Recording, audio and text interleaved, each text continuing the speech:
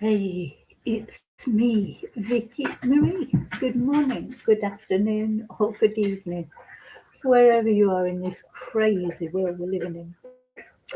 So, in today's video, we're going to talk a little bit more about this sort of bombshell development in the Spencer and Monique Tepe double murder case.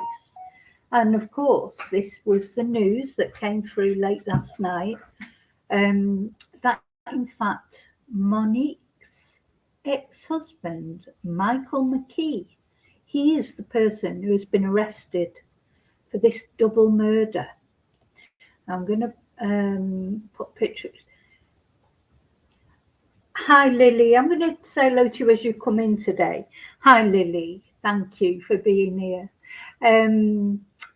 Yeah, I'm going to do a little bit of waffle first because now there's a few bits of things that I want to waffle about before we get started. First of all, so many of you saying to me that you're not getting notifications. I just don't know why this is. I literally do not know. Um, I don't get notifications either for YouTube channels that I follow, or sometimes I do. Some I do, some I don't. I don't understand why I don't. Who understands YouTube? It's very frustrating. It's very depressing as a creator as well when people say to me, "Oh, I missed that because I didn't get the notification, etc." And it's not obviously nice for you as a subscriber if you're interested in getting my notifications if you don't get them. So I just wanted to mention it that you're not alone if you don't get notifications. Many people have either emailed me or left comments to say that they're just not getting notifications. And I've got to be honest, I don't know what to do about it. I don't think I can do anything about it.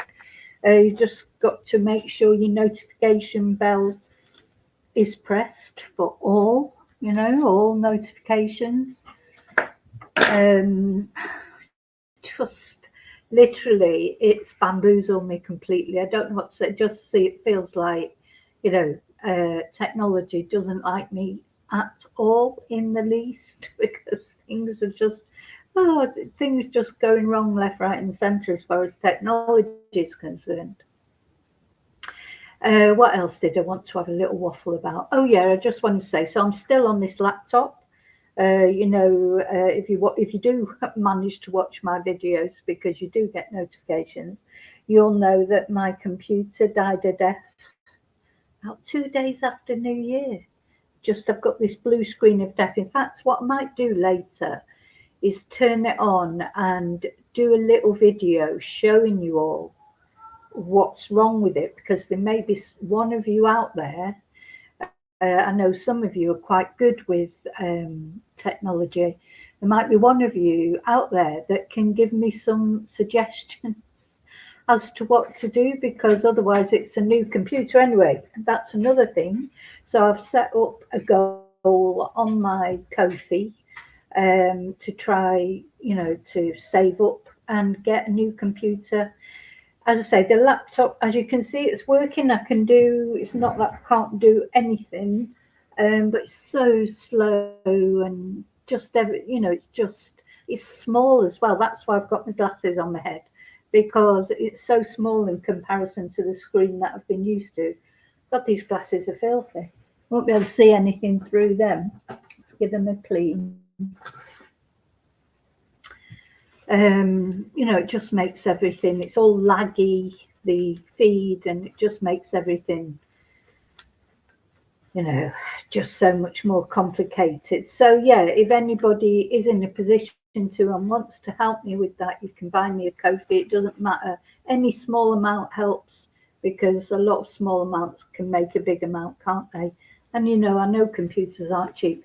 With the last computer that I had, this one that's broken, as I say, I'm gonna film it later and show you what the problem is. It was a reconditioned one, so it wasn't that expensive really, but then it's only lasted a couple of years. So I don't know what's the answer. Buy a better one. more expensive one that might last longer. I don't know.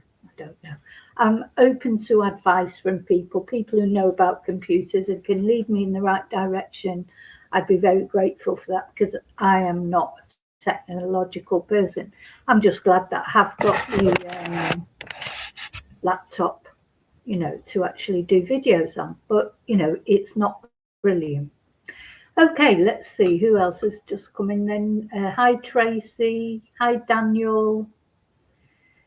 Yeah, happy Sunday. Happy Sunday. It's Sunday again. We can't wait to get out of January, can we? What is it about January? It's a funny old month, isn't it?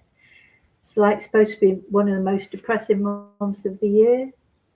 It is, isn't it, really? Because you've normally spent all your money at Christmas. Everybody's waiting for their next payday. Nobody's got any money.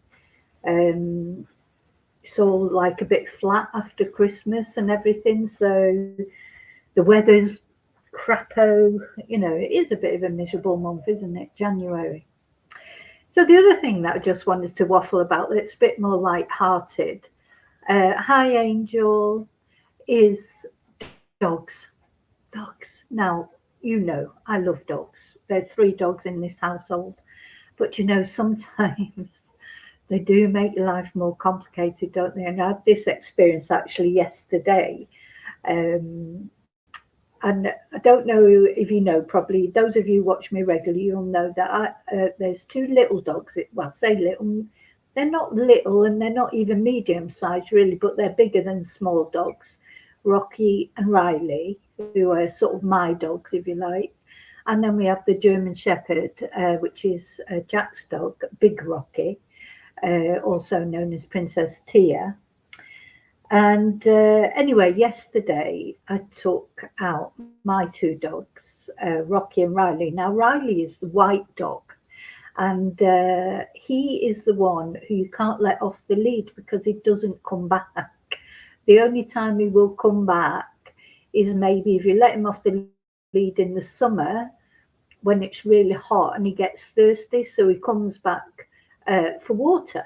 That's basically it. If he gets tired enough, he'll come back. But he's terrible for recall, so I've stopped being able to let him off the lead because otherwise you literally can be hours waiting for him to come back or trying to get hold of him. I've even had to leave him and then take the other dog home and then come back for him before now. He's just, anyway, he's been like that for quite a long time now, so he doesn't get let off the lead ever. Whereas Rocky, you can let him off the lead because he will come as soon as you shout him, he will come back to you. Though I don't let him off that often because you've got to be careful with other dogs, etc. Anyway, yesterday morning, what I do when I take them out of the car, I put them on a long lead. They've got a short lead that sort of ties the 2 of them together. So I know I can let them out of the car and they can sort of walk themselves a little bit because I know Rocky will always come back to me. And if Riley's attached to him, Riley will come back as well. Then I separate them and I put them on separate leads so they can go to the toilet and what have you. And I put a long lead on, one of those stretchy leads on so that they can go and do their business wherever they want to. Anyway, so as I'm putting them back in the car, I changed the leads back over and put them back on the shorter leads. And I hadn't realised that when I took the long lead off Riley and I thought I'd put the shorter lead back on him, I'd missed the thing. And actually, he was free. He was free. He didn't have any lead on him. Oh my God. So I'm like, oh no. And he stood there for a minute and he sort of moved it's funny now looking back. He realised he was free, because he sort of pulled his head like that and you could see him go, oh, hang on a minute, I haven't got lead on. And he just legged it off up road. Luckily there's no cars where I take him. Or there is a road there, but there's no cars. There could have been, it could have been a lot worse. Anyway, he just legged it off, and I just thought, oh, I've got this sinking feeling, and I just thought I'm going to be here for hours now because it was freezing cold, and so I knew he wouldn't get tired or thirsty, and if he doesn't get tired or thirsty, you can't get him back. So he ran off up the road, then he ran back. He's really, I mean, he loves running. It's a shame. I love to see him run. But, you know, it's just that if he would come back when he was cold, I would let him off to run more often. So he ran up one way, ran back the other way, ran up the other way. I thought, oh God, how am I going to get this dog back? So I put my little Rocky in the car and sort of decided what to do. Because the other thing is with Riley, what I've realised, if you try and chase him, he just goes further and further away. So you better to try and get him to come to you if you can. So I'm stood there thinking, what the hell am I going to do? How am I going to get this dog back on the lead? And he was but he was different from how, you know, he's a little bit older now. Maybe he could be let off the lead now and come back. I don't know. But he was sort of hovering around and he didn't really know what to do. And then he started chewing on some grass. So I sort of started approaching him, and I'm thinking, he's good. This is because he's let me do this before. He lets you get right up to him, and then he legs in properly. So I'm like you know, tiptoeing towards him, and he just stood there, and he let me get him. Oh my God! I literally just grabbed his collar, and I'm going, oh, good boy, like that, and he's just looking at me. Oh my God, talk about a relief, because that literally could have been 3 hours waiting for him to decide to come back. So that happened, and then I had to go off somewhere. I can't remember where I had to go. I had to just pop off somewhere. And as I was coming back to go to the supermarket, just popped to the supermarket with my dogs in the car, as I'm coming up the main road, which is a busy road, you know, it's not like you know, a dual carriageway or anything, but it is. There are a lot of cars go along this road. As I turn the corner and I'm on this main road, I could see this guy shouting and calling like, hey, para, which in Spanish is stop. So I'm thinking, oh my God, what the hell's going on? Anyway, his dog had escaped. I just felt for this guy so much. So his dog, it done a Riley, what I would say done a Riley, had run off from him. He was chasing after his dog. You know, if I was him, I would have just gone back, because they do when they realise you're not following them, they do come back. But I don't know, it's his dog. So I literally, as I came round the corner, this dog was just about to run out in front of the road. So that's why the guy was running behind it. He's waving his lead and going, para, like this, stop. So this bloody dog, it was only a smallish dog, again, about the similar size to my dog's, black dog. It's loving it. The thing is, when you see them like that, isn't it? When you see them, they're so happy that they're free, and it's loving it, and it just legged it in front of me. Then there were cars coming the other way. All the cars had to screech to a halt. Oh, it just reminded me so much of what normally happens with Riley, and I was just so happy that that hadn't happened to me that morning, that Riley had decided to come back. So I've treated Riley like a king ever since. Not that he gets treated like a king most of the time, to be honest, but I've really been like, you good boy, what a good boy you are, etc. And he seems to realise he did the right thing. So maybe he's growing up a little bit. I mean, he is 6 or 7 now. Maybe he's finally growing up. But I just thought I'd tell you about that because it was ironic, really, me nearly having that experience with Riley, but him by some miracle deciding he was going to let me get him. And then seeing this poor guy chasing after his dog. I don't know what happened in the end, because they ran off up the high street then. This dog's running as fast as it can go. The guy's behind him, you know, waving the lead and shouting him back. And the dog's just ignoring him. The dog's having a great time. I just thought, oh my God, dogs, much as I love dogs, and I do, as you know, I love them, They honestly, they just the law unto themselves, aren't they? They get one word from you and they do exactly what they want. So I don't know what happened, as say, with that black dog. Hopefully it didn't get run over and it's okay. But who knows? Who knows? Gosh. Did I say hello to Tracy? I can't remember. So I'm at that point now where I can't remember who I've said hello to and who I haven't. So if I haven't said hello to you, say hello again and I'll remember. So I just thought I'd have a little waffle there. Oh, so this morning when I took my dogs for a walk, I thought I'm not letting Riley off. That it's a shame because I'd love to let him off. He loves to run. I love to watch him run. And if I knew for certain he would come back,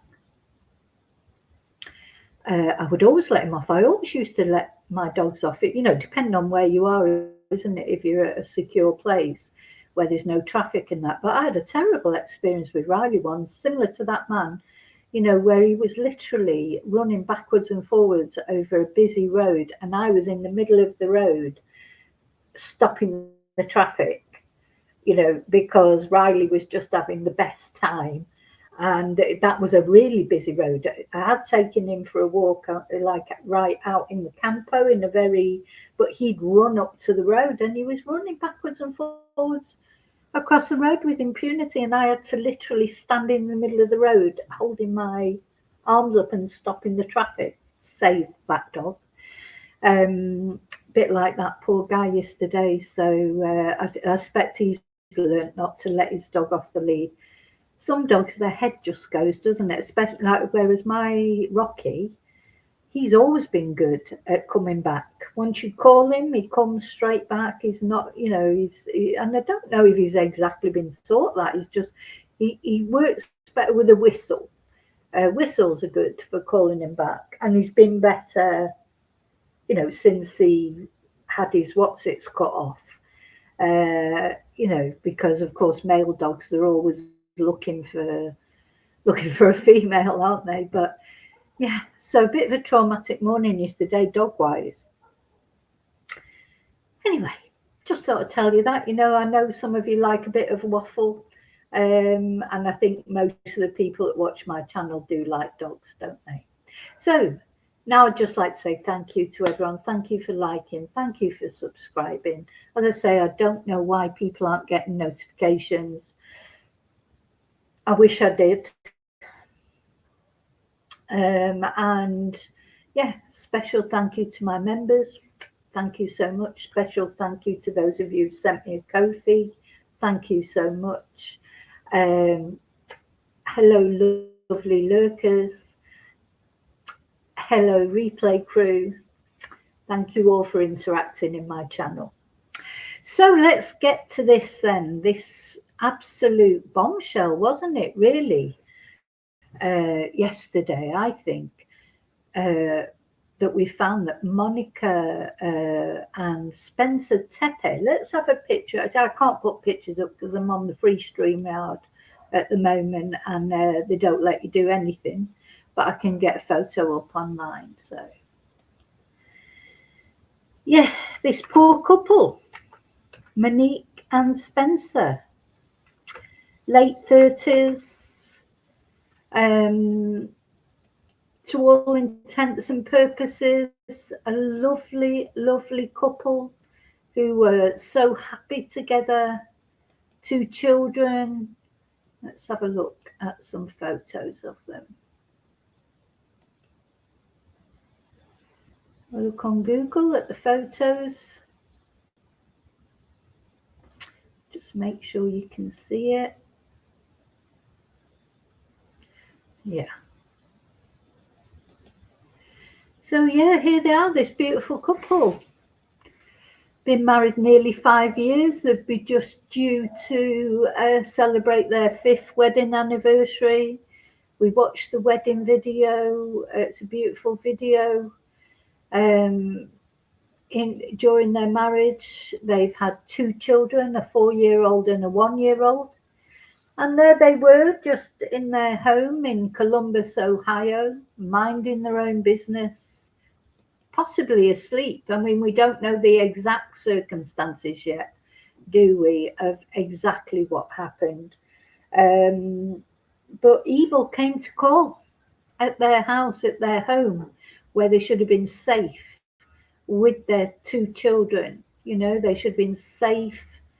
Gosh, if you can't be safe at home, where can you be safe? And evil came to call somebody. Well, we know now who it was, or who the police are saying it is. I mean, it's allegedly, we have to remember. Everyone's innocent till they're proven guilty, but people don't get arrested for no reason, do they? Generally. But yeah, somebody turned up at their house between the hours, I think it was a 2 and 6 or something like that, in the early hours of the morning. Somebody somehow got into their home. Now it's still not clear. Did Monique and Spencer let this man in? Because this man who turned up at their door to kill them, it seems, with intent, a forethought, intending to kill them, so he'd taken a gun with him. This person walked into their home.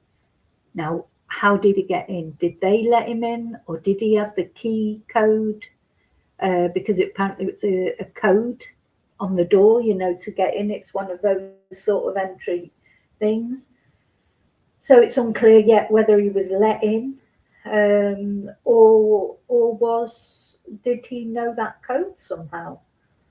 And the police said there was no obvious evidence of forced entry. Now, that of course doesn't mean it wasn't a forced entry. Who knows how he got in there? That will become clear, I suppose, later on. Anyway, he got in there. He killed both Spencer and Monique. Monique, one gunshot blast to the chest, apparently. And Spencer, multiple gunshots, which could be anything from 2, isn't it? Now, from what I can gather, there were 3 cartridges picked up off the floor, recovered from the scene. So does that mean Spencer was shot twice and Monique one?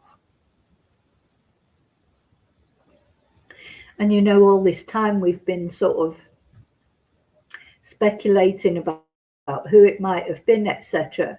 There's been speculation as to whether Spencer was the main target and Monique was collateral damage, or vice versa. It was quickly ruled out as a murder-suicide because there was no weapon at the scene. But it seems that they were both the targets. And this person that's been arrested, which of course is Monique's ex-husband. And here he is here. I wonder if I can, that's his mug shot there. And his name is Michael McKee. And he was married to Monique. But the strange thing is, so it's obviously some sort of, I don't know, does he feel like, you think, is he jilted? But this was years ago. We're not talking about a recent separation or divorce, not even within the last 5 years. This man and Monique divorced in 2017. 2017. How can someone keep all that hate inside them for all these years? The other thing that's sort of coming out is there's no obvious evidence that it was an acrimonious divorce. Now, it was a very, very short marriage. Monique and Michael were only together 7 months, which is a very short time, isn't it? 7 months. What happened? That's, even by any standards, quite often people don't stay married very long in this day and age, but 7 months is very, very short time, isn't it? What happened? Was he an abuser? domestic abuser. You know, then I saw this podcaster who said that Michael, after being married to Monique, ended up marrying a man, but I don't know if that's true. So there's a lot of speculation going ahead, which you'd think that if that was true, why would he, that doesn't explain why I'd be so angry at Monique. Maybe she found out that he had secret affair with a man, and that's why she was so quick to divorce him. Or is it even true? I don't know. But I do think, as a person who's been a victim of stalking many, many years ago, how scary it is. Generally, it's unusual for someone all that time after, uh, stalking and break-up violence, if you like, which this sort of sounds like, normally happens at the time that couples break up. When someone's really sort of, hasn't, one of the couple, man or woman, can't accept the breakup. That's normally when it happens, isn't it? That's supposed to be the most dangerous time for a man or woman, if they've got an abusive partner, is when they first separate from them, because that's when it's most likely, to end up in violence and maybe even murder. So it just seems very strange, doesn't it, that it could go all this time. As I say, 2017, when they divorced, and now we're just coming up to their 5th wedding anniversary. That it surprises me. Why did this man wait? If he obviously must have been really angry. Maybe it was a very acrimonious breakup, but there's not really any proof of that. But again, I did hear, as you do on social media, that literally one day while he was at work. Oh, and the other thing we need to remember about this man, he's a vascular surgeon. He's a doctor. So you can presume he's a relatively intelligent man. I mean, I'm not saying that doctors don't do bad things, just like there's bad people in every profession, every walk of life. But you can, he was seen on CCTV, wasn't he? Like the thumbnail for this video, you can see, and that is him. The police have confirmed that CCTV that they released of somebody walking up the road like that, up the street, all dressed in black, that was him. That was Michael McKee. So surely he knew there would be CCTV and somebody would recognize his walk or his stature or whatever, because apparently, again, just these are, until we get a press conference. Don't think we've had a press conference yet. Maybe later on today there'll be a press conference. I will check again in a minute, but I don't think there has been a press conference. Till we get official news from the law enforcement, they obviously was caught on that sort of door cam footage or CCTV or whatever it was. But the police have said the way they tracked him down was from his car. So they've obviously got CCTV of a car arriving and then a car leaving, and they say they tracked that car down to his address. Now, I don't think it was his car. I think it might have been a hire car. I'm not sure. But anyway, it was tracked back to him one way or another, and that's what's resulted in him being arrested. So he's currently in prison, probably waiting for Monday now. You need to be extradited because he's in a different state. So let's just have a look then, actually, at the details of where he's being kept in prison. My point is, surely as a vascular surgeon, you would presume that he's a reasonably intelligent man. What did he really think that he would get away with it? Did he really think that?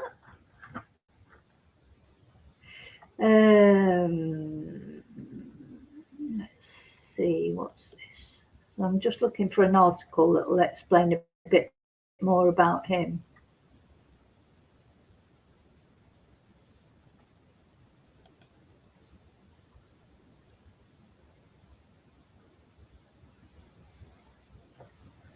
Let's see.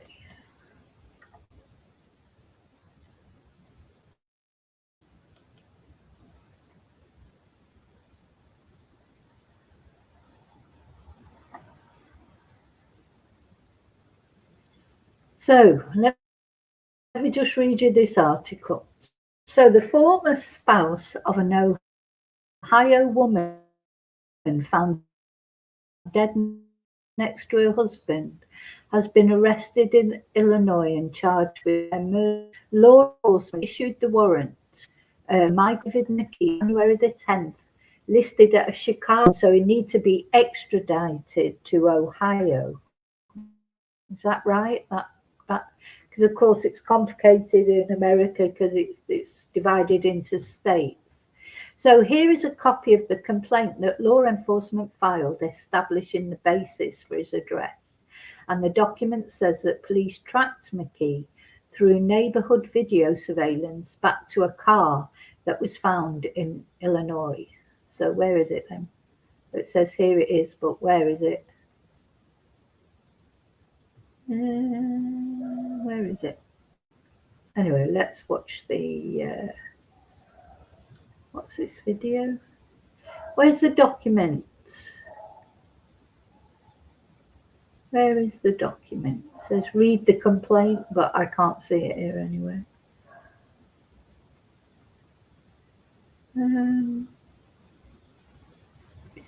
Here is a copy, and there's no copy there. There you go, that's clever, isn't it? Right, let's try again with another one. Telling me that the document's there, and then the document is not there. Go back.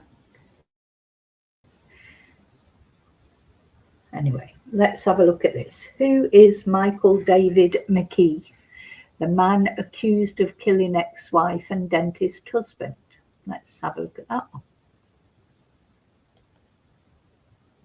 So slow, this laptop. It really does drive me mad.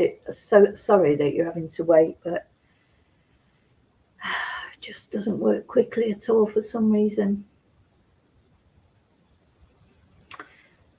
But you see, when with my computer, I had a plug-in like Internet Booster, but it won't fit on this, so I haven't got anything boosting the internet on this. So here we go. So Michael, here he is. Gosh, he does look quite scary, doesn't he? I think everybody does look pretty scary on their mugshots, don't they? But look, there's nothing in those eyes. There's nothing behind those eyes. You know, he's obviously just consumed with jealousy and spite. So Michael David McKee was arrested on Saturday, accused of fatally shooting his ex-wife and her dentist husband at their home in Columbus, Ohio in late December. Police responded to the home in Wineland Park on the morning of December the 30th after Spencer did not show up for work and found the 37-year-old dentist and Monique-What, 39, both dead of gunshot wounds. And McKee, 39, or similar age, is a vascular surgeon who lives in Chicago, where he was taken into custody on Saturday. Now, the thing is, gosh, yeah, how did he, if he's a surgeon, and I say presumably relatively intelligent, how did he ever think he was going to get away with this? Or was he just so far gone in his head? You can never underestimate stalkers, the lengths they will go to. It is a mental illness at the end of the day. Definitely stalking, not being able to let go. But just so many years that have passed. I don't understand why he's waited till now to do this. I mean, he could have killed Spencer and Monique, either or, at any point, really. He could have waited for a day that Spencer was at work. I mean, and gone and killed Monique. I mean, Spencer worked quite a long way away from the home. It was an hour and a half commute for Spencer to the dentist surgery where he worked. And so I'm sure this man has had plenty of opportunity to, maybe kill Spencer on his way to work, or, at the end of the day, what he knew they'd been married for 5 years. He knew about the wedding, I'm sure. Um, why has he waited till now? And now, of course, they've got 2 children that he's left orphaned. And at least he did not kill the children. That's about the only positive that comes out of this. And the dog. And there's some talk about the dog. There's some talk, sort of chatter again on social media. I'd like to see it confirmed by law enforcement that although they actually divorced in 2017, which is quite a long time ago, there was recently a court hearing and it mentioned custody. Well, they had no children. Was it about custody of the dog? Was there's some sort of, I thought that the dog they had was Spencer's dog, but yeah, nothing's been made really particularly clear, has it? Did something come up? There was a big settlement that had to be made from Monique, I think, to him rather than the other way around. There's a lot of money involved in this divorce. Money is always an issue, isn't it? Maybe it just caused so much grief, and so much bad feeling that he just couldn't get over it. I just, I don't know. But yeah, it's unusual, isn't it? So did he not want them to make their 5th wedding anniversary? So apparently they tracked him through his vehicle, which was caught on neighbourhood surveillance feeds, later finding it near where he worked in Rockford, Illinois. And his car was seen arriving shortly before the time the murders were believed to have been committed, and it left shortly after. And a warrant was put out for his arrest on Saturday, shortly before he was taken into custody. See, there he is just walking down the street. I mean, I know he's got himself covered up. His face is covered up. He's probably got the gun there in his pockets. But did he really think he would get away with this? Just seems crazy to me. Or was he just not thinking straight because he'd just gone too far in his head, So yeah. He will next be extradited to Franklin County, Ohio, and is scheduled for a hearing there on January the 12th, according to the dispatch. Police have not given a motive in the shooting, and before his arrest, a surveillance video. Oh, so they have said that was him on the surveillance video. Wasn't some guy just walking home from the pub or whatever.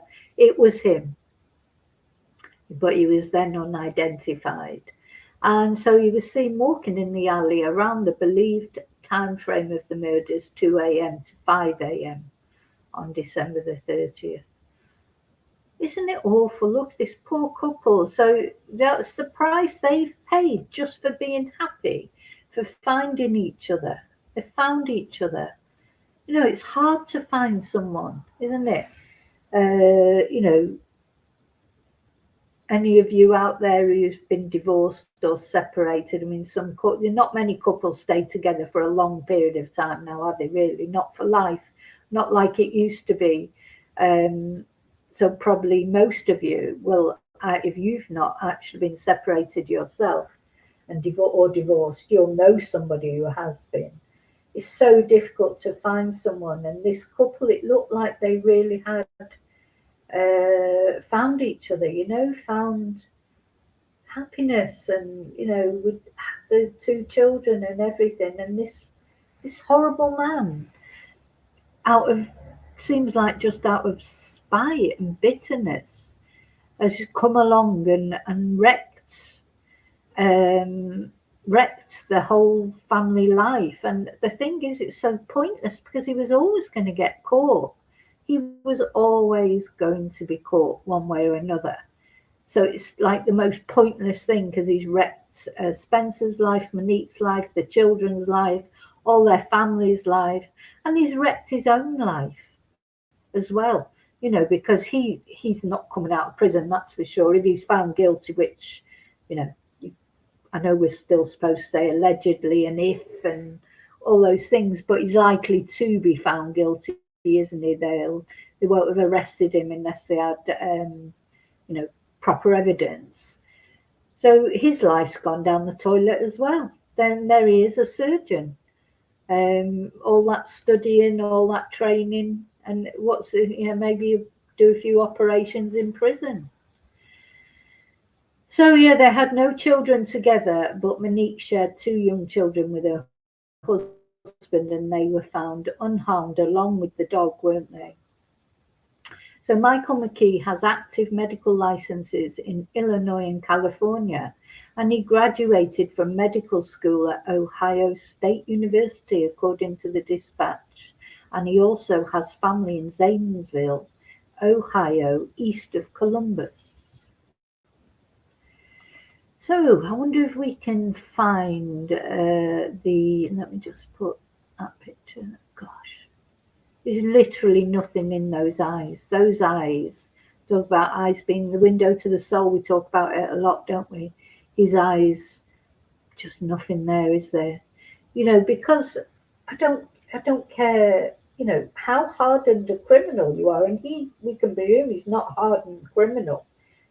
This he's probably not got um, any other convictions, or certainly not for anything like this. Uh, it's got to haunt you, surely. Even if you wanted to do it because you hated them so much, you still. How could you just go about your normal life? I mean, surgeons do have nerves of steel, that's for sure. They have to, don't they? I think that's a pretty understandable thing. If somebody's operating on people, they have to be very calm, be able to compartmentalize their lives. They can't be going into surgery and thinking about an argument they had with their partner that morning or whatever. They've got to be able to get in the zone. But even so, to shoot your ex-wife in the chest and her husband, how do you just go around your natural life, your normal life after that? If you're not, I say, he's not a criminal, he's not a hitman, he's not someone who does this sort of thing all the time, presumably. Must haunt him, mustn't it? Oh, thank you, Win. Thank you, Win, for the Kofi. Thank you so much. That's very kind. Um, yeah, how do you go about your normal life after that? I'll just put the Kofi button up there. I don't know. How do you go about your normal life? Just thinking about how, sometimes in life we do things that you think, oh, I'm not very proud of that. I shouldn't probably have done that or said that, or you think you've hurt someone inadvertently or even advertently for whatever reason, because we all have bad days, but not like that, obviously. But it stays with you, that, doesn't it? It haunts you. You think, oh, I should never have said that, or I shouldn't have done that, or I wish I hadn't done that. We live, we have to live with the things that we do wrong, but they're not big things like that. How do you live with that? How do you go in? I don't know. It says he's got his family in Ohio. You go and see your mum and or your dad or your siblings or whatever, and sit at a family party. I mean, this guy, he'll have celebrated New Year because this happened on the 30th of December. So what did he do on New Year's Eve? Was he out with his mates enjoying celebrating New Year thinking, oh yeah, I've just murdered my ex-wife and her husband and made their children fatherless. Do you see what I'm saying? You know, you can't get your head around it, can you? I mean, it's good that we can't get our head around it, because if we could get our head around it, wouldn't be a good thing, would it, really?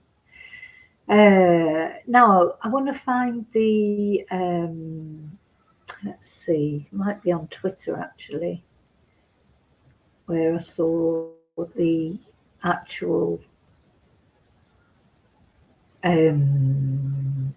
like divorce sort of papers, etc. Well, I think it was on Facebook actually. I think I saw it on Twitter and it took me to Facebook. Let's see.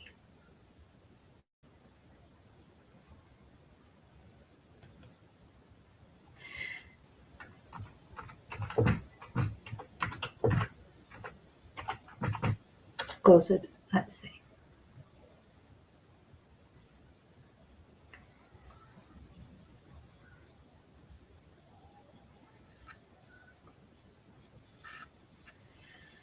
So yeah, just a little bit more information about him. He's a vascular surgeon, as we know. His vehicle was parked in the area, and that's what led to him being identified. He was that man in the alley that was seen walking along the street. He's a former All-Star high school football player, and he's an Ohio State graduate. Yeah, so seems like he had it all except for Monique. Did he want Monique? Is it, you know, did he still want her? Why did they split up in the first place? So other rumours that are going around on social media that he has been. Let's actually, I can show you what I've been reading on Twitter or X. He's been, apparently, some rumours are set going around that he has been harassing them for some time. And yeah, remember we were talking about why was everyone so concerned about Spencer when he didn't turn up for work?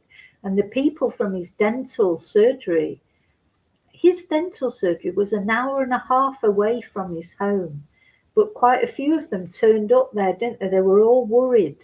Now, I know they have children and they're probably worrying they couldn't get hold of Monique, but there's always, there could be any reason for that. There could be a problem with the electric. It could be, the electric might have been cut off for road works or something. There's always, they reacted very quickly, which is good in a way, but it was sort of like, oh my God, to react so quickly when he just, they hadn't heard from him.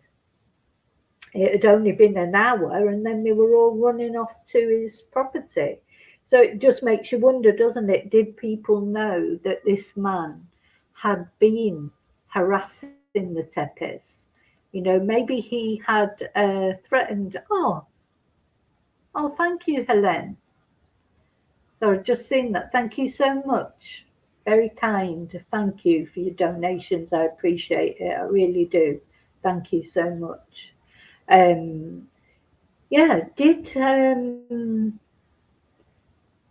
What's the word are we going to say? So did they know that this couple had been threatened by this man? Because I'm now thinking about the brother-in-law, Rob, when he was being interviewed on Banfield, and he said that there were things that he couldn't say. So maybe Monique and Spencer's families were aware, were aware that this horrible man had threatened Monique and Spencer, and that's why they were there so quickly. That's why they went there so quickly. Because we were saying, and I hold by that. When I think about people that I've worked with, and much as that we've been good friends, maybe, or whatever, but if they didn't turn up for work one morning, I don't know whether I'd be rushing over to their house within an hour. Maybe within a couple of hours later, it'd be like, or at the end of the day when I'd finished work, go round there and or try and find out off other friends. But it makes more sense now, doesn't it? Because you think, had this man been threatening them, and so is that why everyone was so concerned about Spencer and Monique? Because it's awful, isn't it? And can you believe that they divorced in 2017? And whatever happened, this man was still so angry all those years later. Now, I've had many a breakup in my long life, and I've had breakups where I've wanted to do the breaking up, and that's how I ended up getting stalked. And it's terrifying. So I expect they were terrifying. Terrified. I did read that they'd come off all social media, because luckily for me, when I was stalked, there was no social media. But the person who stalked me still managed to find me. He was like a bloodhound, apparently, trying to find out where I was. I was moving from place to place. They couldn't move anywhere else. They had a house there. We had 2 children. They couldn't just uproot and go and live somewhere else where this man didn't know where they lived. And also, you would think you were safe, wouldn't you? 2 of you there, the husband and wife. You wouldn't think someone was going to walk into your house and blast you into oblivion. Anyway, and of course, social media now and all the technology, people can put tracking devices under people's cars. I know for a fact my ex-partner would have done that, because he was like a bloodhound trying to find out where I was. He came round to my house in the middle of the night and stole the car, because anyway, because what he did was he offered, when I think about it now, just if anyone's going through anything like this, let me tell you, stay away from the person, whoever it is. If they offer to help you, or whatever they offer to do, or however reasonable they seem, if they ask, just let's go for one more meal, or can we go for one more drink, or blah, de, blah, de, blah, or can I help you with this, or can I help you with that? Don't let them do it.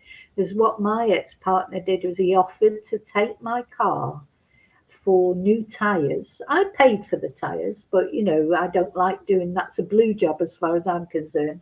I don't like doing, going to garages, dealing with garages, etc. So he offered to take my car to the garage, get the tyres done, which I paid for. He didn't pay for them, but he took it for me. And I said, oh yeah, that'd be great if you could do that. Not knowing that what he did when he took my car to the garage to get the new tyres put on, he had a copy of the keys made. He had a copy of the car keys made. So he then had a copy of my car keys. And what he did was he stole that car from outside my house one night in the middle of the night, or round about 11 o'clock at night. I was sat in the house chatting to my sister on the phone, and I saw something come through the letterbox. And I just thought it was because there was elections on at the time. So I thought it was some sort of election propaganda. I didn't even take any notice of it. When I'd finished speaking to my sister on the phone about 11:30 at night, I went over and picked up this envelope, and it was a note from him to tell me that he'd stolen the car, and I wasn't having it back, and unless we got back together, and blah, de, blah, de, blah. So, you can never underestimate what stalkers will do. So now, how he got in there, I don't know. Did they let him in unsuspecting? Maybe went round there, threw himself on their mercy. I don't know, because we don't know to what. I can't imagine they would let him in. Would they at 2 o'clock in the morning? Maybe if he came round at 4 o'clock in the afternoon or whatever they would. But surely a couple with 2 young children like that would not let in, would they? But anyway, we'll find that out as time goes on. Dear, oh dear, oh dear. Just heartbreaking, isn't it? And the only good thing, as I say, is that he at least did leave the children alive and the dog. But yeah, this might explain why everyone was concerned for Monique and Spencer. Yeah, what was worth giving up everything for? What kind of resentments has he been carrying around since his divorce um, from Monique 17 years in 2017? Goodness me, you'd think, I'm sure by then you would feel that you were safe, wouldn't you? Wouldn't you feel by then you were safe? Gosh. Yeah. How did he get into the residence without damaging anything? Did he have the code or a key? Was he just so angry because they were so happy? Because he's given up a career, he's given up everything. Was this worth it for him? Did he hate the Monique being happy so much that he's not only, ruined those children's lives, taken Spencer and Monique's life, ruined their families' lives, their friends, but he's ruined his own life as well, and his family, of course, because imagine how his family will be feeling finding out about this. So somebody here had posted, this is a guy I follow on the internet, the Nerdy Addict. He says that court records show that recent docket activity to do with their relationship in 2025, a custody-related domestic trial, was noticed, continued and rescheduled, with hearing notices filed and mailed to both. But they had no children together, to both parties for a September 26th hearing in 2025 in Franklin County, Ohio. So what can the custody be of? They only had a dog together, presumably together. It could only be the dog. They had no children, so it's very strange. This is them when they got married. They literally were married for 7 months. 7 months. Even by today's standards, that's pretty short marriage, isn't it? Even by today's standards. What happened?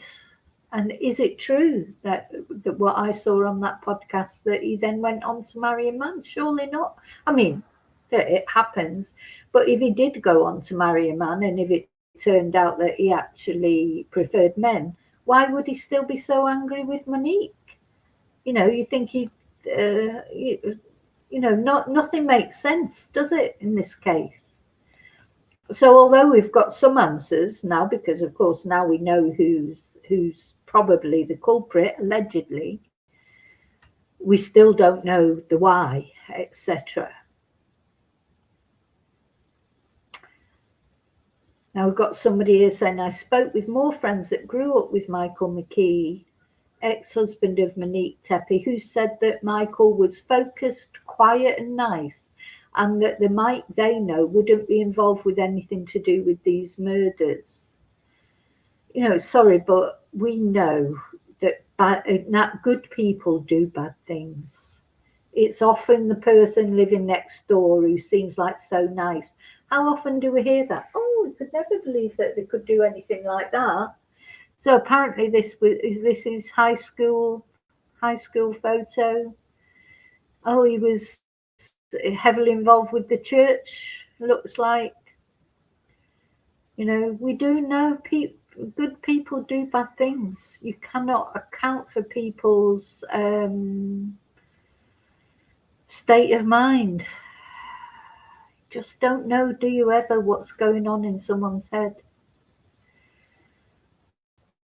So they got married in 2015, they had no kids, and then by 2017 they were divorced, but their marriage itself only lasted 7 months.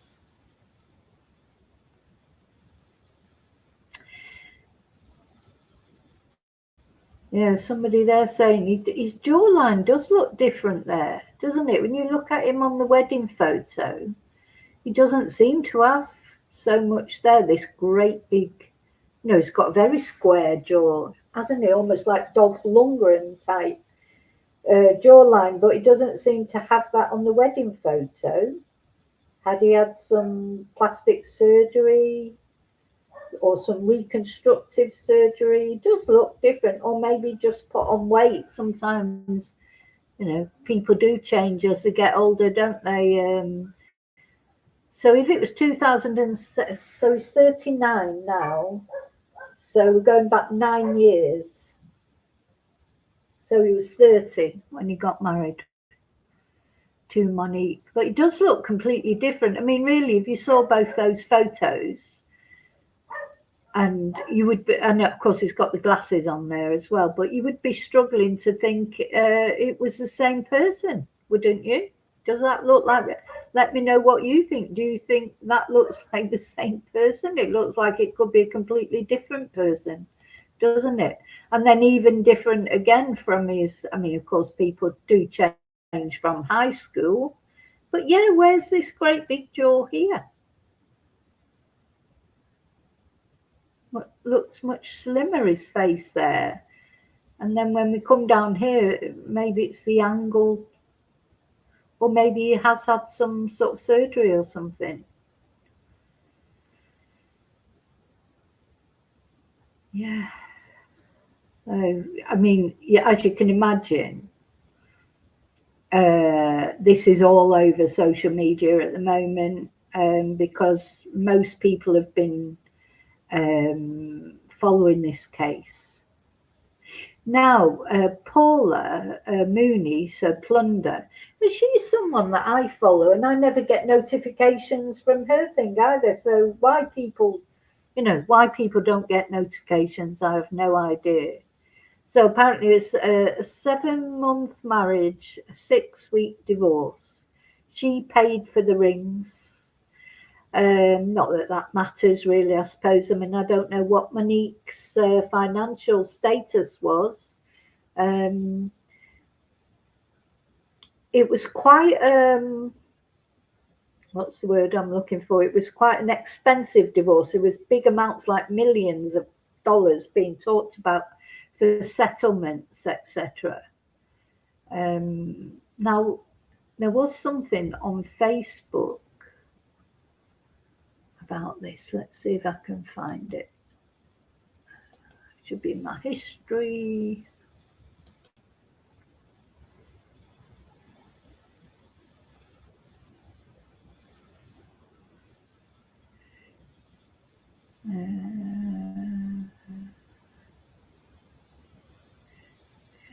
Facebook. Lots of things. There. Let's see if we can watch this. So this comes from Plunder, which is Paula Mooney, her channel. This is the Facebook page we're going to look at, which, let's see. So Monique-What, I'll just make sure you can see it. I think you can. Yeah. Monique-What and ex-husband divorce. 55-page court document. Monique Frances Sabaturski, so that's her maiden name, versus Michael David McKee. Monique-What 7-month marriage and 6-month divorce. Sometimes weddings look so lovely on social media, like this one from August the 22nd, 2015. So that's when they got married, with people wishing the beautiful bride and bridegroom the best. Mrs. Monique McKee, wonderful wedding, such a beautiful wedding, wrote one person. Another person exclaimed, congrats to Dr. and Mrs. McKee, wishing you many years of love and happiness. But oftentimes what we see on Facebook or YouTube differs wildly from the truth, and ain't that the truth? that court documents can reveal if only we took the time to delve deeper. If that gorgeous bride looks familiar to you, there's a good reason, because before she was a Tepe, Monique was a McKee. And in the short time since the horrific deaths of Dr. Spencer Tepe and his wife Monique in Columbus, Ohio, a lot of misinformation has been spread about Monique's ex-husband. His name is all over social media with misinformation. Everyone is searching for Monique's ex and his name is all over the place. But unfortunately, there are a lot of men named Michael D. McKee in Ohio. Some have mixed up Michael David McKee with plenty of other men and ascribing crimes or actions to the real Dr. McKee that the court doesn't reflect. By verifying the birth date of the correct Mike McKee, I was able to determine he is not the man with a long criminal record, nor the man who married another man shortly after his divorce from Monique. Right, okay, that's good. So that was something that, this is where you've got to be so careful, haven't you, with I watched that podcast with the woman saying she'd found Mike McKee and he'd been married to another man and blah, blah, blah. But I've always said, like, I'm not sure I'm able to verify it, but it was definitely something that was being said. So apparently that is not him. So did he not manage to find another relationship then in all this time, nearly 10 years? He's not got involved with anybody else? Again, something that will come out. Right, okay, so I'm glad that's cleared that up. He's not the Michael McKee that was married to another man. He doesn't live in Whitehall. Mistakes happen, I get it, but this kind of misinformation could ruin a person's career and life. In an effort to clear up confusion and to stop the slander, I've received, this is Paula talking, Paula Mooney, from the court officials documents via a public records request. Interesting aspects regarding the divorce between Monique Francis Zabatursky, now Monique Tepe, and her former husband, Michael David McKee. One, it was an extremely short marriage, even though Monique and Michael can be seen in social media photos going back as far as 2012. Their marriage was very brief. They married on August the 22nd, 2015, and separated just 7 months later in March 2016. And the official divorce proceedings began in May 2017 and were finalized quickly by June 2017. 2. Monique paid for her own rings. In the affidavit of property, Monique listed her engagement and wedding rings as separate property rather than marital assets. Notably, under the column asking, "Why do you claim this as a separate property?" she explicitly wrote, "I paid for both the engagement ring, $2,500, and the wedding ring, $3,500. Number 3, Monique used a private judge for secrecy and speed. Instead of waiting for a standard court docket, the parties hired a retired private judge, case referred to Judge Donald A. Cox, to oversee the final hearing, and the motion stated this was to conduct the hearing in a more private setting at a more convenient time, and this allowed the divorce to be finalized just 6 weeks after the initial complaint was filed. So she wanted to get out of that relationship pretty quick, didn't she? I wonder if there was any abuse in that relationship. Again, another unverified tweet or X or whatever they call them these days.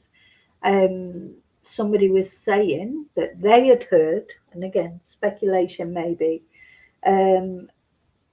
that he went off to work one day and Monique and her family got a U-Haul truck in and got all her stuff out of it while he was at work. And when he got home from work, she'd gone. Now, that might explain why he'd be really angry, of course, so not really why he'd be really angry for nearly 10 years. But that, you know what that says to me is she was terrified of him, and she could not just say to him, "I'm leaving you," and leave in a normal way. She had to enlist, you know, if that's true to me, that says she had to enlist her family's help to get her out of there while he wasn't around because she was bloody terrified of him. That's how it feels to me. You know, let me know what you think. But, you know, for someone to wait till someone goes to work and then clear all their stuff out before they get back suggests to me that they're scared of that person and what they might do if they're around, you know, when they leave them. Um, what do you think? I mean, it makes sense, doesn't it? But of course, that could be the root of his bitterness, you know, that she did that. Um, or just he's never got over her. Sometimes people, they're just stalkers and that. I just don't think, unless you can, you know, unless you've experienced being stalked and how dogged they are. I mean, my particular stalker, my ex-partner, I was saying about him stealing my car, but the other thing is he did start seeing somebody else. He started to see somebody else. And I thought, I was so relieved when he told, I think he told me because he hoped I would feel jealous. And I felt a little bit, not jealous is not the right word. You know, I mean, I didn't hate him. You know, it was like, oh gosh, that was quick. You found someone else. Okay. But really, I was so relieved that he had found someone else because I thought, thank God for that, because maybe you leave me alone, you know. Because in our case, you know, it got to a point where I was actually checking the boot of my car to make sure he wasn't in it before I drove off anywhere. You know, if I'd been at work, which was probably about the only place that he would know where I was, because I just kept changing address, moving from relative to relative. Every time he found out where I was, I would move somewhere else. But the only, you know, place that I knew that he would know where I was when I was working. I worked on the race courses then, and he would know what race meeting I was at. And I would come out after work and I would literally check the boot of my car before I pulled off because I would be scared because, you know, I didn't know if he still had my keys or whatever. I would check the boot, make sure he wasn't in it, because then otherwise I could have driven off home and then he would have found out where I live. That's how you get in the end. It's like you're a nervous wreck. So I wonder from that, you know, if Monique felt under threat from Michael, and that's if that's true, that she just did a flip really while he was at work. Well, you know, she was probably terrified of him. So number 4, specific and high interest debt repayment. The separation agreement includes a strangely specific and punitive financial clause. It stipulates that Monique had to pay Michael exactly, is that 1 million or is it, can't be one, oh, is that $1,000? You know, I'm rubbish with numbers, aren't I? Is that $1,281.59 for reimbursement of miscellaneous debts, and the agreement further mandated that if she did not pay by July the 1st, 2018, I mean, we have to presume that she has paid all these things, interest would accrue at a rate of 23%. God, that's high rate, isn't it? Living arrangements and geography. At the time of the divorce filing, the couple lived in different states. Monique was living in Westerville, Ohio, working for Nationwide, while Michael was living in Roanoke, Virginia, working for Carillion Clinic. Number 6, a standard mutual restraining order was issued on filing. So this apparently can often happen in divorce cases because it prevents the selling of assets, and it specifically enjoins both parties from harassing, interfering with, assaulting, or doing bodily harm to the other person. Now, they're sort of trying to almost say in there that it's a common thing. Do you think, you know, Is that common that you get a restraining order out against the person that you're divorcing? Is that oh God, I've forgotten. I've got a cup of tea here. I forgot I had it. I got so involved in this case because even though now we know more because we know who did it or allegedly did it, there's still so much mystery, isn't it? I'm completely engrossed in this case. Forgot about my tea. It's cold now. I hate cold tea, but anyway, it's just something. So yeah, is that common that when people get divorced, they get an injunction out against each other? Anyway, sorry, I'm just going back to chat. 'Cause I haven't been in chat for a while, so yeah, maybe he was controlling. Yeah, strange to buy your own ring, isn't it? And Tracy said, "Love when he went to see his family." Exactly. When you're in fear, it'd be hard to say to someone who you're frightened of, right, I'm leaving you. How are you going to say that? And they're going to be saying, no, you're not. I'll kill you before I'll let you leave me. This is the sort of thing these people say. So you'd be terrified, wouldn't you? I think in my case, I did it. Well, I wasn't really leaving him initially. I just wanted a break. I asked for a break, and then, you know, the break that we had, if you like, just confirmed everything that I thought that he was just so controlling. He just wouldn't leave me alone. If he would have left me alone, I may have ended up going back to him. So, advice to anybody who doesn't want someone to live, best thing to do is let them go. And if they love you, they'll come back. But you frighten them away even more when you start getting, you drive people away even more when you start trying to control them, don't they? If they want you. See, to me, I just think, well, if somebody doesn't want me, as they have left people and I've been left, I've been devastated. When me and my husband split up many, many years ago, I was absolutely devastated. But I didn't go stalking him or whatever. Because to me, is if they don't want you, they don't want you. You can't make somebody want you. You just can't. If they want to be with you, they'll be with you, and if they don't, they won't. And you trying to make them be with you won't make any difference. Maybe I didn't fight hard enough for him. I don't know. That's just not my nature. It's just like, oh well, if you don't want me, then it's almost a relief sometimes. I don't know what it is, but because I find relationships very stressful. But no, it's possible that she was the controlling one. It's possible, isn't it? She bought her own rings. Maybe she was so determined to get married, and she got fed up of him waiting for him to propose. Maybe, and so she bought the rings. Oh, that's a possibility too. Or maybe at the time when they got married, because although he's a surgeon now, maybe he wasn't in a position then to buy the rings, and maybe she just had more money.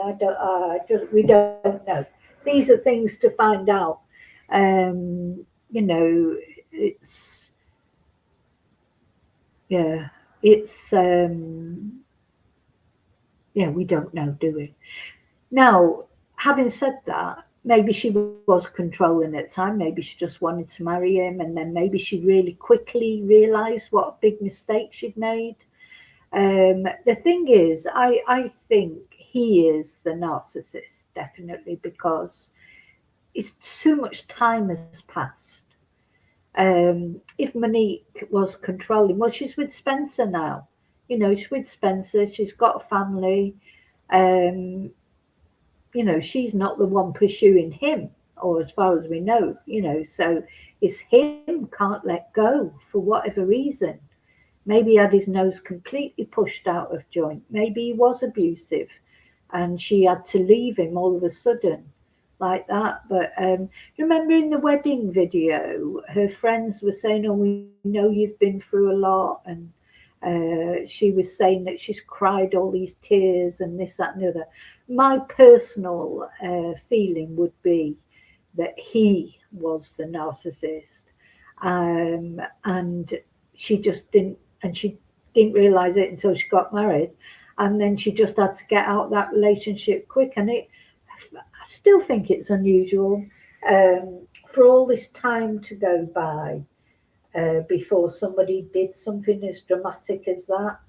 There's so many other times he could have done it, like when she met Spencer, when she got engaged to Spencer, when she got married to Spencer. Why wait all these years and now they've got children? Or is he looking at Spencer and thinking, you've got my life. This is the life I should have had with Monique. And you've got my life. You've got my wife. You've got what should have been my children. Was what was in his head? Or are we just trying to make sense of something that we can't possibly understand? Just, hi, David. No, I don't think she did leave him for Spencer, my angel. I don't think so. She met Angel. She met Spencer quite a couple of years later, I think, and she met Spencer online, didn't she? That was said that she met him online.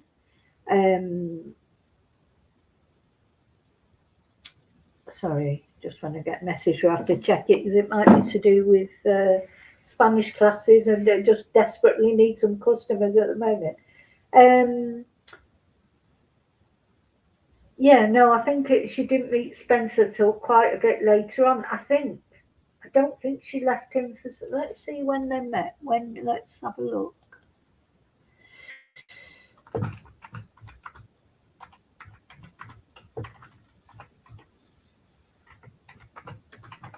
Because I think as well at that wedding ceremony, they said she said that she'd been on quite a lot of dates. She met him on Bumble, from what I can gather. So they've been married 5 years. I don't think they'd known each other that long when they got married. I think it was quite a sort of a, what's the word, speedy romance. And she'd been out with quite a few people off the internet, and then she met Spencer, and it was like they'd found each other. But again, so they've been married nearly 5 years. Why has this man waited till now? People do things for a reason, don't they? Even though it might not be a reason that we would understand, people have a reason. They have motives, not only for murder, but for everything they do. We do things, don't we? And we do them for a reason. We don't just do them arbitrary and just think, oh, I just feel like doing that. We normally have a reason. So what was the reason that Michael just suddenly decided he was going to do that? Yeah, I think it's very possible, Angel, that she had been hiding from, because apparently she'd come off all social media and things like that. They didn't, and it also might explain why they lived so far away from the dental practice where Spencer works. Imagine why when they bought a house did they pick somewhere an hour and a half away from work? Maybe they picked somewhere that they thought they'd be safe. Do you see what I'm saying? Maybe they picked somewhere that they thought they would be safe because it was far enough away from where he lived. But when someone's determined to do something like this, or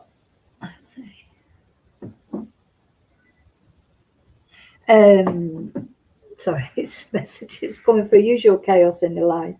Honestly, when I'm not on live, nobody ever phones me or messages me. As soon as I get on a live, it's phone calls, messages, you name it. It's like, putting something out to the universe, like, oh, Vicky's on the live, come on, let's message her. So I've forgotten what I was saying now. Yeah. So what, why that night? Now maybe he'd spent a Christmas on his own. Now Christmas and New Year, these, we always talk about its significant dates. This happened on the 30th of December. Had he spent Christmas, on his own, and that's why it suddenly triggered everything? That's a possibility, isn't it? So, we don't know for certain, but it's possible.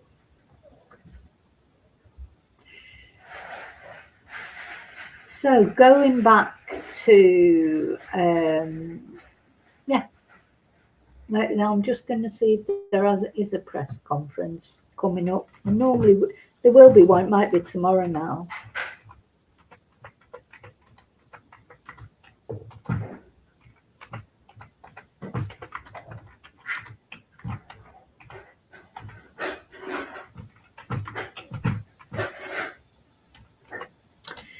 Because, or it may be later when the day starts in America. But it'll be Sunday there, won't it? So I can't see anything.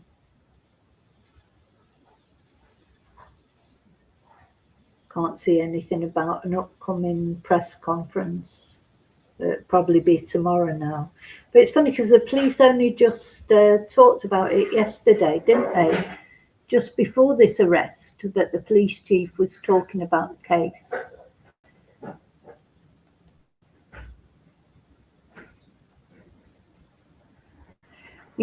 Just yesterday. And of course we watched, what the hell was that?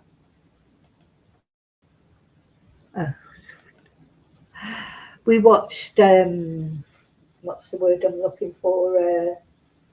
We watched that dash cam, body cam that they released, didn't we, about that thief, when they went to the wrong address. The body cam, the very happy policeman who was whistling and singing and, happy about something, wasn't he? And that was strange. Why did they release that body cam? Because it was nothing. The way that was the body cam of going to the wrong address. So it's almost like they released the body cam just to prove what a mistake they made. But, looking back at it now, they released that body cam, didn't they, to distract people. I think 100% that's what they did. So we've been through the highlights of the divorce case, I think. Oh no, not finished with that yet. Let's just finish that off and then I'm going to wind it up. So yeah, Monique used a private judge for secrecy and speed. Where else was it? The temporary restraining order, that's where we'd got to, wasn't it? So name usage. Throughout the documents, Monique is referred to as Monique Frances Sabatersky, not McKee. And this suggests she either never legally took his name during their short marriage or had already resumed using her maiden name before the paperwork was filed. Let's review highlights from the court filing from this domestic relations case. What this document is, this packet is a 2017 divorce case file from the Franklin County Court of Common Pleas Division of Domestic Relations involving Monique Frances Sabatersky, Michael David McKee, and then you've got the case number. The initial judge was Elizabeth Gill. It was filed May 2017. Divorce, property and financial disclosures, waivers and affidavits. And the separation agreement says that both parties have made full disclosure of their financial situation, and the parties waive any interest in the other party's retirement plans. So it includes complaint for divorce, waiver of service, income and expense affidavits, full asset and debt disclosures, real estate, vehicles, banking and debt breakdowns. And the key interesting details are real estate tied to the case. Michael McKee discloses ownership of his house on Verona Trail, Roanoke, Virginia. Estimated value $219,500. Mortgage balance $215,000, so he's not paid much of it. Disclosed equity $4,500. And according to this, it says this is notable because it establishes former ownership connection to the Verona Trail address as of 2017, and the equity is extremely low, suggesting the home was recently purchased or heavily mortgaged at the time. Multiple vehicles disclosed. Yeah, 4 vehicles. That's strange, isn't it? Don't think for a couple to have. It's not unusual, I suppose, for a couple to have a vehicle each. Hi, Shay. Hi, Shay. Belated happy birthday. Happy New Year. Yeah, people have not been getting notifications, apparently. So, Sorry, I'm just looking. I hope I haven't missed it. If I've missed anyone else coming in, let me know. Say hello again. I don't think I have, just if I haven't said hello to you, but hi, Shay. Good to hear from you. Yeah, for those of you out there who are married couples, do you have 4 cars? It's a lot of cars, isn't it? You might have one each. But a lot of couples share a car, don't they? But yeah, I can see why, especially if you're doing different things. And well, they didn't have any children, so she wasn't needing to take the children to school or anything. But of course, they had different professions. So yeah, it says that the property affidavits list several vehicles, including a 2004 Jeep Grand Cherokee, a 2007 Jeep Patriot Cherokee. They like their Jeep Cherokees, 2012 Jeep Grand Cherokee, and a 2009 Toyota. So none of them are new cars, so don't forget they got divorced in 2017. So it sounds like somebody likes the Jeep Cherokees and likes to hold on to them. I mean, they do go on forever, don't they, those cars? This indicates a fairly asset-heavy marital estate for a relatively short marriage. Yeah, they were only married 7 months. Anyway, the income discrepancy between spouses, according to this, his employer, Michael McKee, employer listed Carillion Clinic, Columbus, Ohio. Michael McKee, MD, a 2020 graduate of Carillion Clinic's general surgery residency program, and during his residency he was also noted for his work at Carillion Roanoke Memorial Hospital. He is currently practicing as a vascular surgeon at the OSF Cardiovascular Institute. So, as I say, he must be a relatively intelligent guy. He's got a good career and he's thrown it all away. So he must feel pretty strongly about this relationship, or the anger, real strong anger. Reported base annual income $51,000. Consistent multi-year earnings are in the $50,000 range. And then Monique, employer listed nationwide, Columbus, Ohio. Prior yearly incomes listed as $32,000, $35,000, $41,000. So that's a big combined income for a couple with no children, isn't it? Though they weren't obviously together very long. If he's earning 50 grand a year, she's earning maybe 30. Let's take the average one of those, 35. So that's $85,000 a year for a couple with no children. Is a lot of money, isn't it? She declares an estimated 10,300 additional income, overtime, bonuses or commissions, 50,000 base yearly income, and the debts disclosed. Michael lists mortgage debt, credit card debt of approximately 3,800, no bankruptcies. This shows a leveraged financial profile rather than high liquidity. Marriage details. Marriage date August the 22nd, 2015. Divorce filing 2017. Marriage length less than 2 years, no children, and the grounds were incompatibility.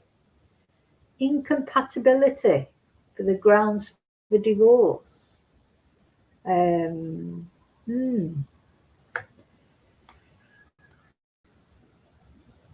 They found that 7 months they were married, so strange, mate. Seems like they knew each other for quite a long time before they got married.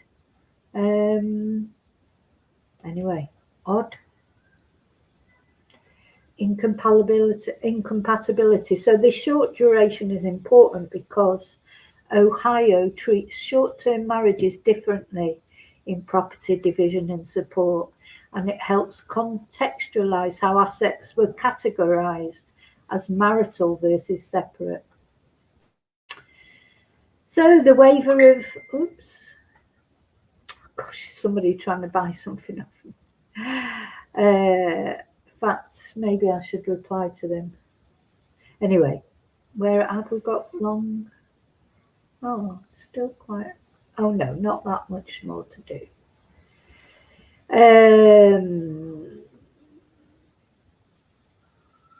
Where am I?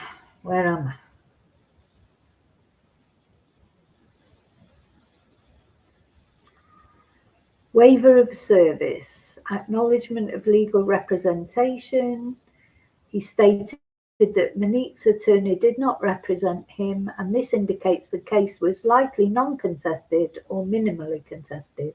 He was not represented by his own attorney at filing. Don't know if there's anything. So why this document is notable, it legally ties Michael McKee to the Verona Trail, Roanoke, VA address. It establishes a financial baseline. It shows a short marriage, no children, non-contested posture, documents the vehicle ownership and banking relationships, and provides sworn statements usable for timeline, asset tracing or record correlation, but it does not include police reports, protection orders, criminal allegations, custody issues, abuse claims. It is strictly a civil domestic relations case focused on divorce, property, financial disclosure. This is something that she's done through ChatGPT, I think, or that's what people are saying in the comments. But anyway, still, it's very useful, isn't it? It's useful just to give us an idea of this relationship, before we hear anything from the police. Now, the police will be careful what they say because, of course, what will be happening now, this is now, gosh, I've got to wash my hair at some point. This is now going to be, they're gearing up for the trial now, aren't they? So the police, what if they do come out and give a press conference, they've got to be careful what they say, what they give away. They can't give away anything that might affect the trial. They seem to, the vehicle being seen parking up, him getting out of it, walking, go, who knows how much of that CCTV there is. We only got a little glimpse of it, but it seems like the police, so they trace the car back.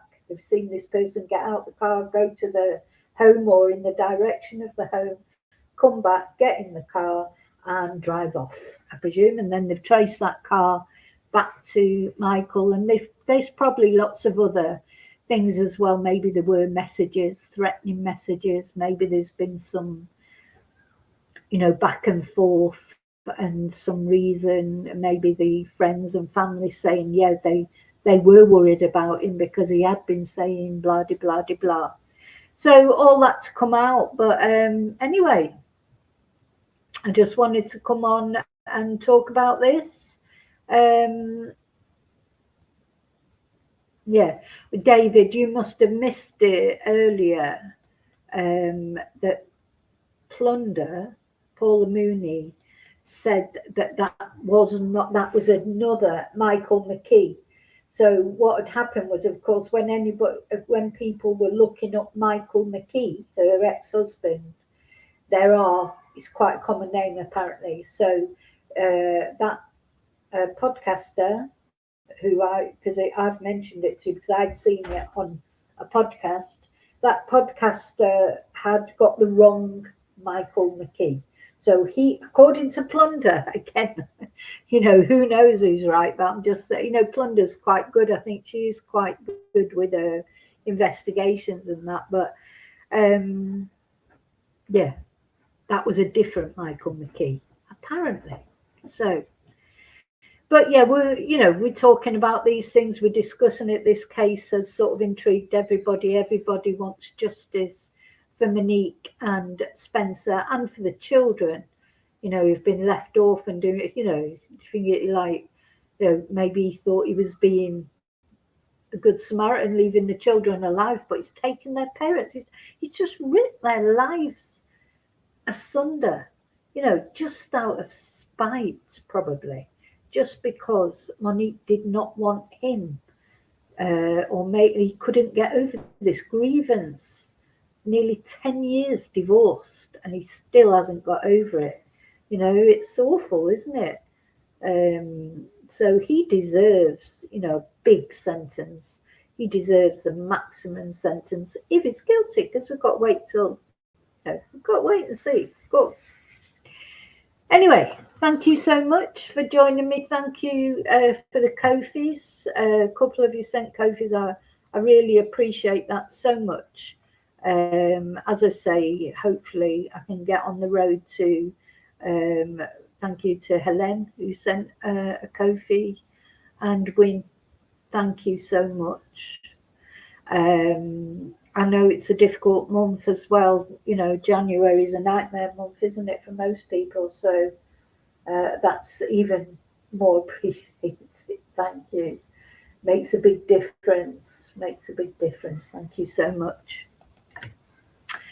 So I'll be back soon, as ever, with the next video. I'm going to get myself a nice warm cup of tea now. I can't believe it.